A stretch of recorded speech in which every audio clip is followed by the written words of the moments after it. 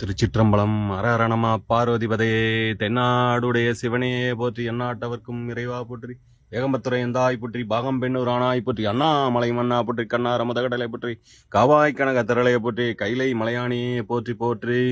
திருச்சிற்றம்பலம். 28/12/2024 சனிக்கிழமை. இன்று சனி மகா பிரதோஷம். நமது ஆலயத்திலே அருள்மிகு குறைதீர்த்த நாயகி உடனுரை குறைதீர்த்த ஈஸ்வர பெருமானுக்கு சனி பிரதோஷ பூஜைகள் சிறப்பாக நடைபெற்று அருள் புரிகின்ற காட்சி, அற்புத காட்சியை நாம் இப்போது தரிசிக்கிறோம். சிவாய நம. திருச்சிற்றம்பலம். நான் உங்கள் சிவனுக்கடியவன்.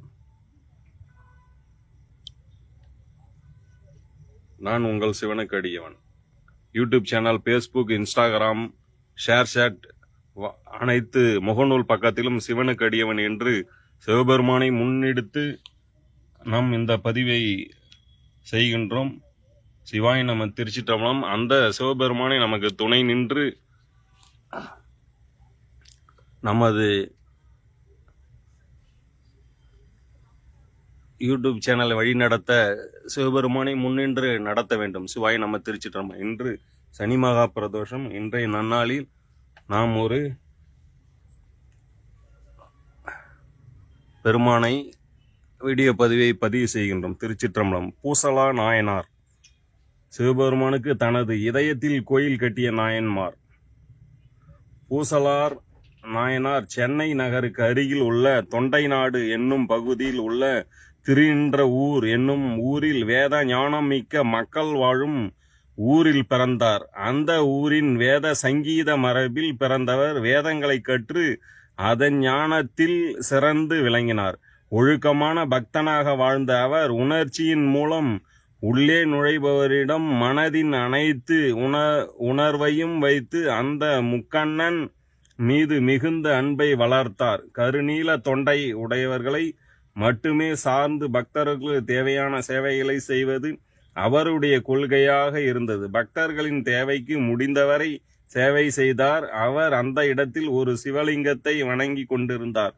ஆனால் மேலே கூரை இல்லாததால் தனது இறைவன் வெயிலிலும் மழையிலும் துன்பப்பட வேண்டி இருந்தது என்று வருத்தப்பட்டார். இறைவனுக்கு கோயில் கட்ட வேண்டும் என்ற ஆசை அவன் மனதில் தீப்பிடிக்க தொடங்கியது. ஆனால் அவர் பணமில்லாமல் இருந்தார். தேவையான பணத்தை எங்கிருந்து வேண்டுமானாலும் சேகரிக்க முயன்றார். ஆனால் போதுமான அளவு கிடைக்கவில்லை. அவர் மிகவும் ஏமாற்றம் அடைந்தார். ஆயினும் கூட அவர் தனது இதயத்தில் ஒரு கோயில் கட்ட முடிவு செய்தார். அவரது கோயில் நன்கு திட்டமிடப்பட்ட கோயில். இப்படி பூசலா நாயனார் தன் இதயத்தில் கோயில் கட்டினார்.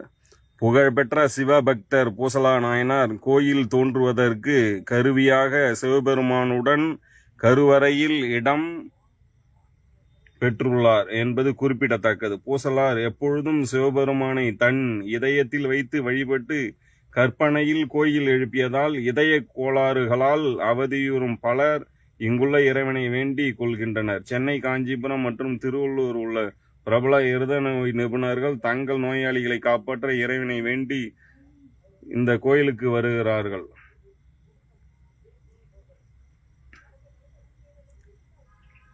திருநின்ற ஊர். சிவாய நம. திருச்சிற்றம்பலம்.